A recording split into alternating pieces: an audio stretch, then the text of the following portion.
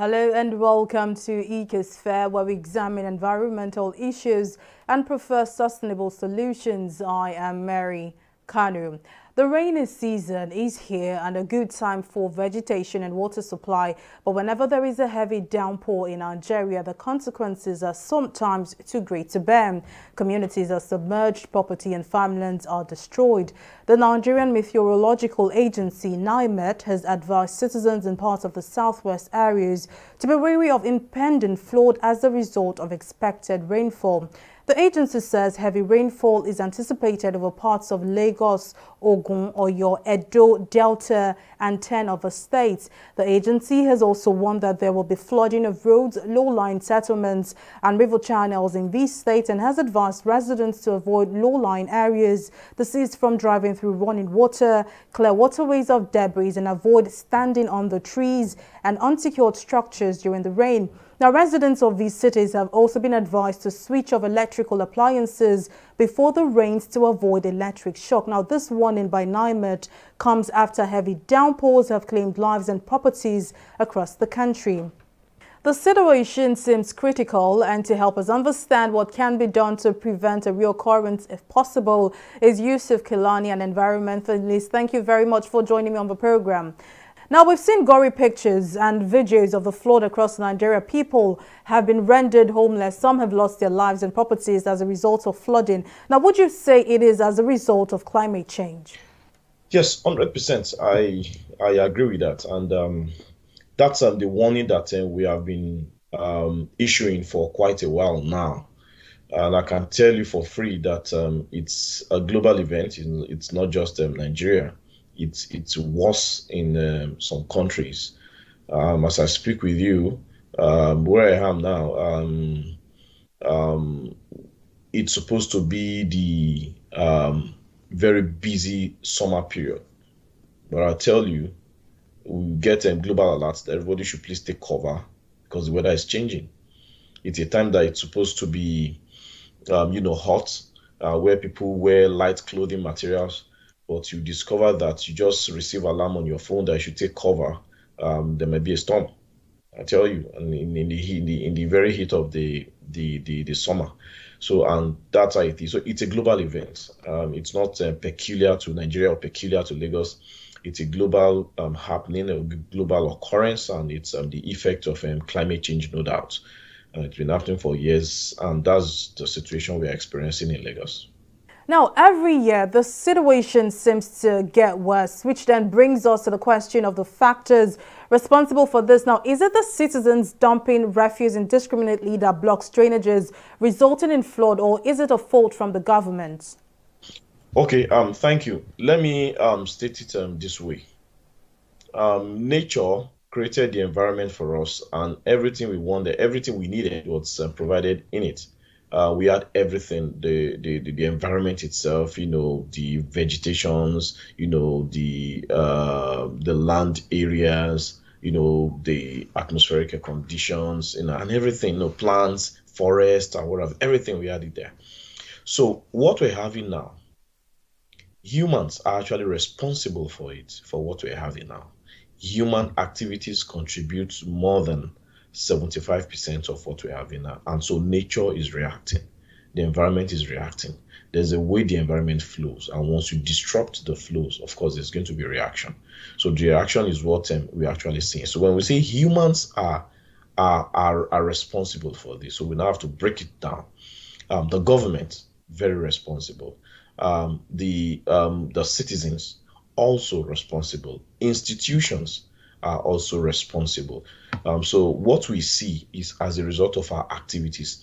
For example, in the quest of survival of man, we keep evolving, science keeps evolving, technology keeps evolving.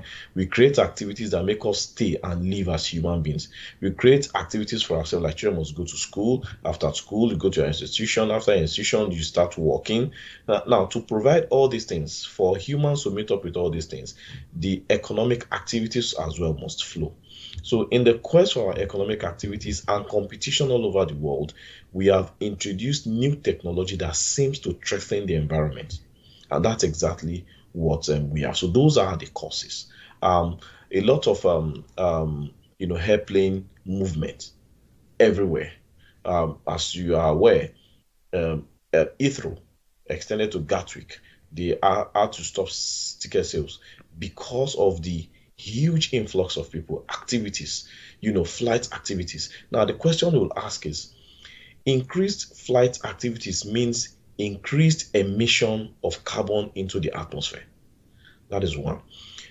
Train activity is also going on. Country technology, they are bringing up sophisticated, technology into train and what have you, and they emit, and these things goes to the environment. Okay, now these are the major ones I'm mentioning. Coal activities is still being used by some big companies, Russia, China, the bloc group, China, who are actually supporting that up to now as we speak. China, Russia, South Africa, Brazil, the bloc group, and that is also causing a lot of damage.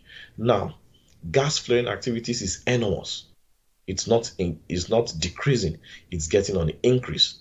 Okay, refineries are still producing, and these are a whole lot of emission that depletes the ozone layer, that cause havoc to the environment, and it makes the earth to go hotter, warmer.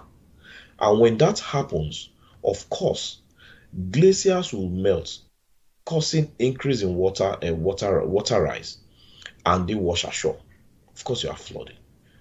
Okay, drought is getting intense, and whenever it decides to rain, of course, you have a lot of flooding.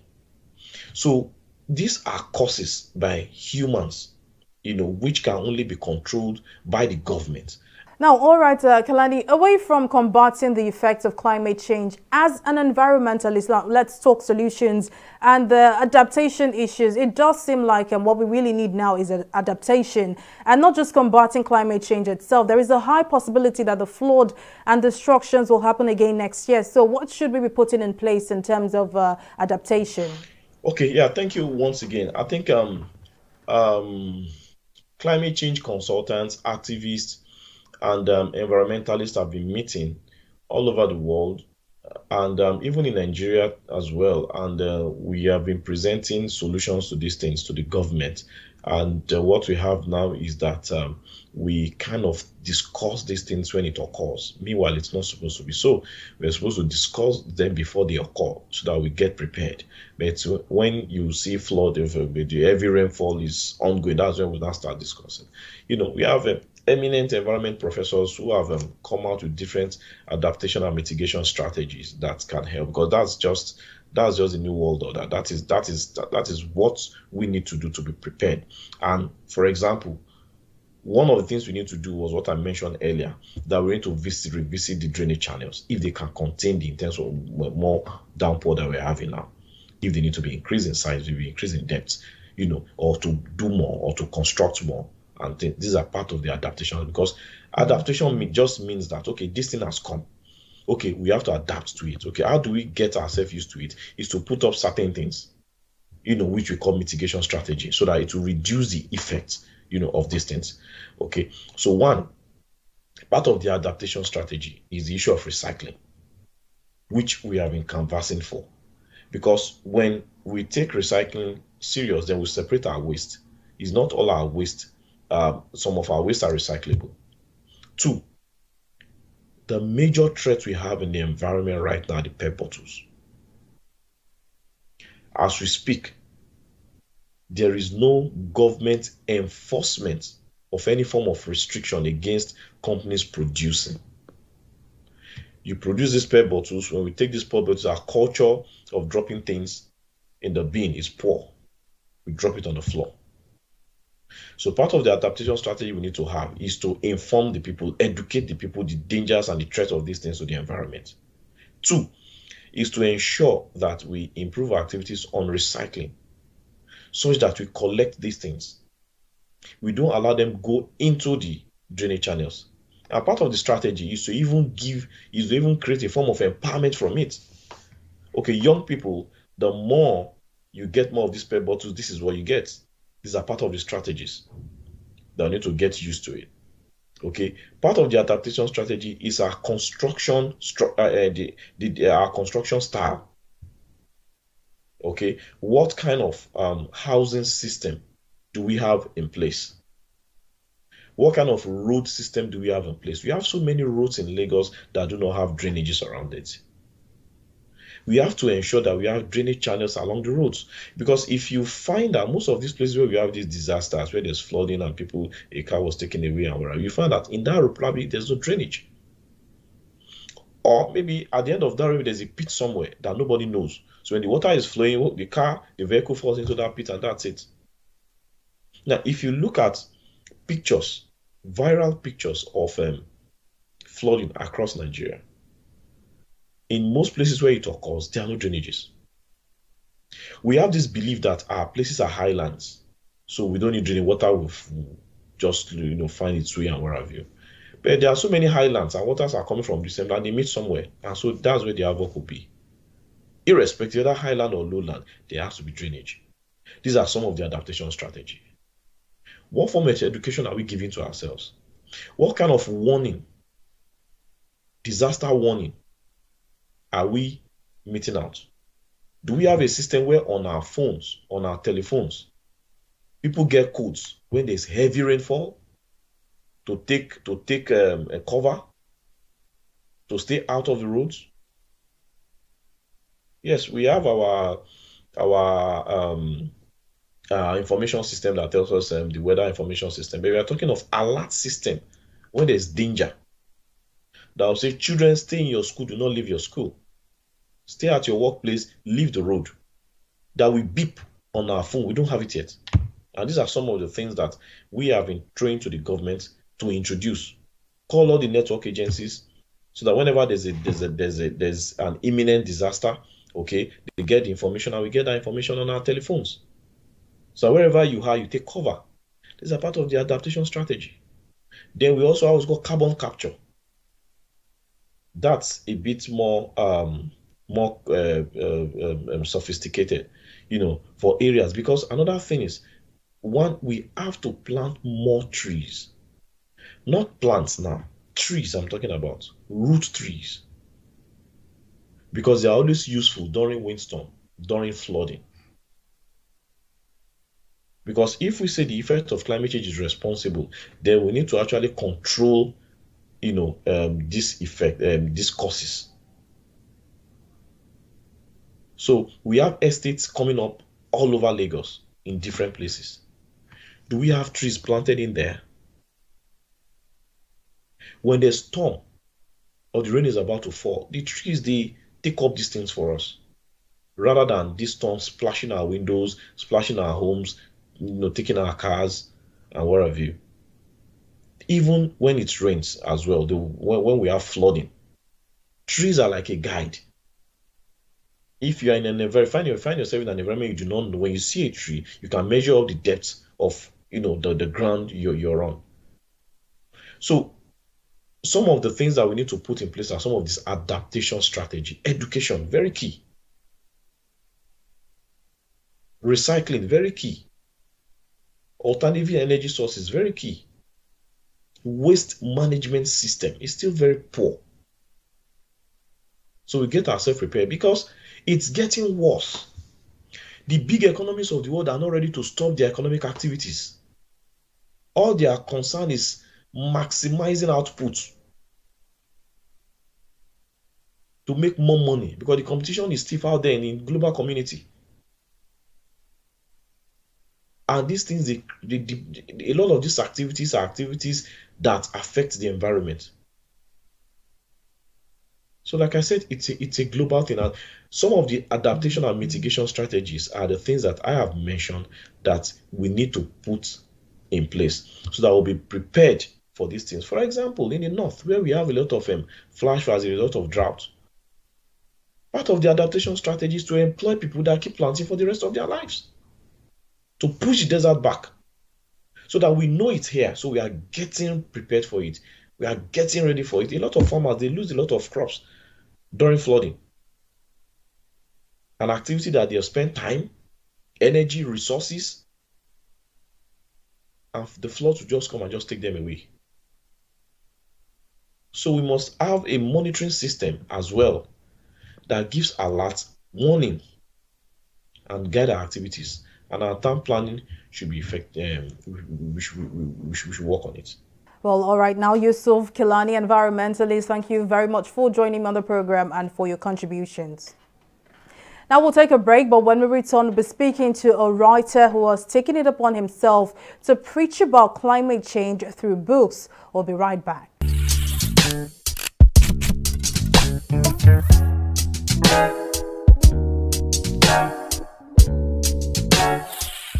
Welcome back. On today's edition of the program, we are seeking solutions to flooding and environmental pollution in Nigeria. Now, rising sea levels are one of the effects of climate change, and low-lying communities are prone to experience some devastating impacts, especially during the rainy season. While citizens wait on the government to provide solutions to environmental issues, an environmental activist and writer, Joel Fitila, the author of the first sci-fi novel written in Africa, joins me on the program to explain what humans should expect if we do not, as a matter of urgency, put an end to the constant pollutions. Now, Joel Fitila, thank you very much for joining me on the program.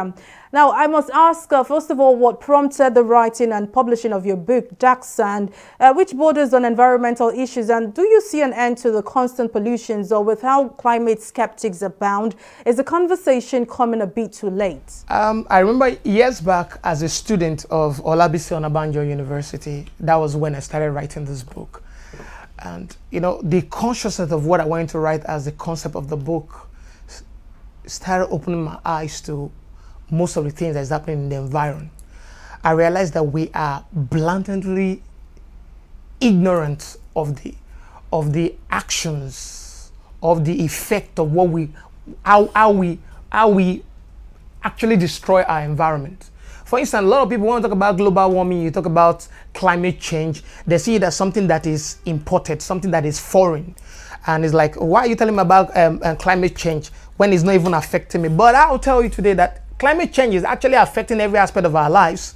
But when we start talking about it, you see how it actually affects you directly as an individual. For instance, when you pick up dirt, you throw it in the gutter. As far as you are concerned, as an African or a Nigerian, it's more like, look, I'm trying to get rid of my trash. When you throw it into the gutter, it may not immediately stay in front of your house. You watch the water sweep it off. So you believe that, okay, it doesn't affect anybody. But that same dirt that you throw in the gutter will get to a certain place. It will block the drainage. That same drainage being blocked is going to destroy your environment. It's going to destroy the landscape in which your houses were built on. It's going to destroy the road leading to your child's school. It's going to destroy, probably kill a member of your family. So a lot of us, maybe you driving in the car, you eating something and you throw it out of the window. You think, okay, I just got rid of it. My car is not dirty. But you don't know that little thing that you throw outside the window can cause an accident. It can destroy somebody. It probably cause fire that will burn up the environment. So being conscious of the environment is something that a lot of Africans, Nigerians precisely, we have been very passive at until the storm, when the storm start coming up, when the floods start taking over. We're talking about Makoko, but it's just beyond Makoko. Lagos Island expects to be flooded every time we're approaching the rainy season. So the government is practically doing nothing about it. So now the places that the water actually needs to get back into the lagoon, you are building mega city on it, you are blocking it. So without thinking about the climate implications. So this is part of what we're talking about. We only have a way of complaining about the effect of what the government have ignored for a very long time, but we don't have solution. It is not just in Africa we ignore climate change and all the things that is happening in nature. It is a global thing. We can see the effect in countries that are built on the tectonic plate, earthquake in diverse places, tsunami, hurricane. We've seen crazy climate change, the rise in temperature. Even here in Africa, we can see that the rise in the heat level and the level of desert encroachment that we witness in our environment is alarming. There's no tree covers. We have just a few trees. Though we keep planting trees, our lands are becoming sterile. So the whole thing is just, we are practically destroying the planet. Right here in Nigeria, Lagos Island practically gets flooded every year. So instead of restructuring, the government is probably not doing anything about it. They are building more coastal towns. They said they want Lagos to be a mega city. How can Lagos be a mega city without good drainage? I can tell you of a place that is about a disaster waiting to happen at just Ikotun. The drainage has eaten up, the water has eaten up under the street, and it's just leaving the flab, and heavy vehicles are driving through that place every day. So we ignore our environment so much, and that is part of the bane that we're experiencing in this nation today. It is people just light up dirt, put it on fire, they let it burn. Some just light off tires, put it on fire and let it burn. Some vehicles that humans shouldn't even be driving around, that are driving around our streets.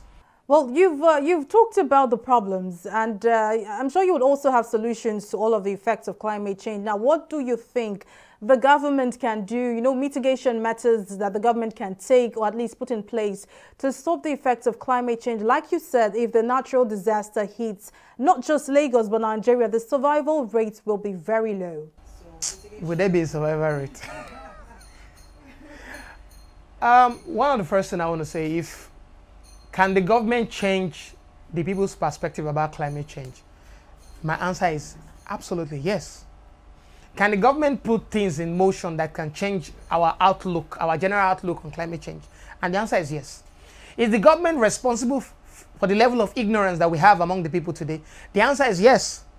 Can the government change anything about it practically that can change all these things that we're talking about, like climate change? And the answer is yes. So the question is, how can the government change all this? Let's start from Loma. Formerly, before the advent of Loma, we pick up dirt. Some people dig a place and they pour their dirt in. So one is that time of the year, you find that it's filled up, you put kerosene in there and you burn it up. So all those things are gone now. Now, Loma, you pile debts in front of your house. The Loma that is meant to be coming probably every 2 weeks, and they are not even coming at all. Maybe you don't see them until the next 2 months. So people don't see that it's none of my problem. Let this place be stinking. It's none of my problem. As long as I know I'm paying Loma and I've paid them and they don't come to pick it up. So people put debts on the street. We are used to driving through the street of Lagos, seeing debts everywhere. All these are part of the problem that the government have created because they monetize things that they shouldn't monetize. There are better ways the government can go about it. You can say, you know what? Let's give you money to fix this problem. How can the government give people money to fix this problem? Simple. Put all your plastic in a particular basket. Put all your perishable in a particular basket. And when we pick these things up, we reward you for doing so. Believe me, you're going to see the changes in less than a month. That is just one. Then, concerning the environment, if we arrest people that throw debts on the street, if we are conscious of this, people, we arrest people, maybe you eating up stuff, you throw it on the street, and we consciously pick up these people, they will keep telling their family member, please don't do it. I don't want to come to the police station to bail you out of it. Before you know, it will generally change the orientation of the people. Not that they want their orientation to be changed. It has been enforced. We are enforcing the changes in them. What about Lagos Island? We cannot ignore the fact that Lagos Island is called Lagos Island because it's actually built on water. It's an island. And an island is a piece of land surrounded by what? Water. So if the water level is rising, it's part of what is leading to the sewage system being blocked. It is part of what is leading to the flooding of Lagos Island consistently. So what can the government do about this? We can restructure. We are seeing restructuring in Morocco. When the restructuring started, people were screaming, but we don't talk about it anymore. Go and check Morocco. And Morocco is one of the most beautiful places in Lagos because of restructuring. Instead of building cities on the Atlantic Oceans and we're dooming the other ones that we have, we can restructure. I have friends that live at Magodo that have their first floor abandoned because of restructuring so that they can build better drainage for them, and they are all enjoying it today. What about restructuring that is taking place in Lagos-Badagry Expressway? The people have been enjoying this same restructuring more than 10 years. So what's stopping Lagos Island from being restructured? So all these things are within the power of the government. So if we want things to change, the government needs to wake up. The Ministry of Environment and Water Resources need to wake up and realize that, look, a lot of orientations, people need to have orientation about how they impact their immediate environment. If you go to Lagos Island, you see people pooing inside the water. Open defecation. People do it all the time. But you keep talking about it. No, don't stop talking about it. Enforce it. Create an agency that will just be their job. You find that Nigeria will change in less than 2 months. I tell you that. Well, all right, now environmental activist and writer Joel Fitila, thank you very much for joining me on the program and for your contribution. Well, that's how much we can take on this edition of the program. Many thanks for watching. I'm Mary Kanu.